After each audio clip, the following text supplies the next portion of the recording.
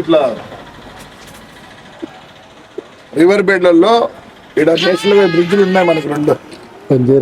National highway బ్రిడ్జిలు రెండు ఉన్నాయి ఆడ ఉంటే వాళ్ళు ఏం చేస్తారు, సబ్ సర్ఫేస్ డ్యామ్ అంటారు.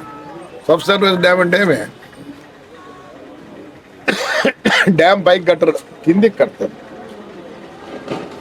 ఆడ నుంచి ఆడికి కట్టాలంటే చాలా డబ్బులు అవుతాయి. అందువల్ల వాళ్ళు ఏం చెప్తారంటే, నాయన ఈ నుంచి ఆడికి కడతాము, ఇది మేము కట్టము, కానీ ఇది ఫిల్ చేయాల. ఏం చేయాలా, ఫిల్ చేస్తే మేము కడతాం. అంటే లోపలికి కట్టేది సబ్ సర్ఫేస్ డ్యామ్ అంటారు. ఏమంటారు, సబ్ సర్ఫేస్ డ్యామ్.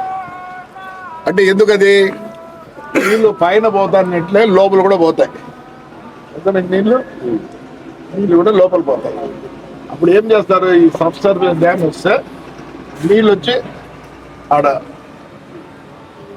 అప్పుడు బ్యాక్ అంతా, బ్యాక్ అంటే మాకు నీళ్లు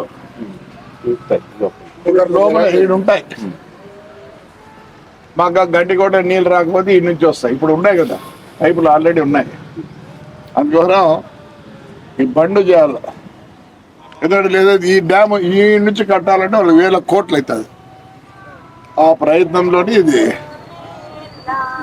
ఒక ఎత్తుగా దీన్ని చేస్తున్నాం, ఫిల్లింగ్ చేస్తున్నాం. మన వచ్చాడు ఒక ఆయన ఢిల్లీ నుంచి, తెలుసా, నేషనల్ హైవే రాలేదా, వచ్చినాడు కదా, ఆయనే చెప్పాడు ప్రభాకర్ రెడ్డి ఇచ్చేయని.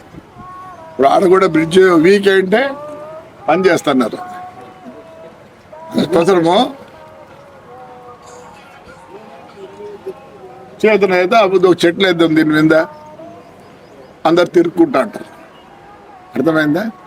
ఇదిగో దీంట్లో సరస్వతి డ్యామ్ వస్తుంది కాబట్టి నేషనల్ వాళ్ళు ఇస్తామన్నారు కాబట్టి ఇది ఫిల్ చేయమన్నారు. ఇది ఫిల్ చేస్తాం. మున్సిపాలిటీ ఏం డబ్బులు వేయడంలే, వేరే విధంగా డబ్బులు తెచ్చి చేపిస్తారు. వీళ్ళు కూడా ఒప్పుకోలే, ఎందుకు ఒప్పుకోలే, మా రేటుకి వాళ్ళకి లాస్ వస్తుంది. చెప్పిన అయ్యా ఇంకోసారి ఏడన్నా పని ఇప్పిస్తాడు అని. వాళ్ళు ముందుకు వచ్చా, ఎవరోళ్ళు కాదు వాళ్ళు, ఎవరోళ్ళు వచ్చి అంతా పోయినారా, మధు అంట, వాడంట, వీడంట, నుంచి వచ్చా మన కోసం.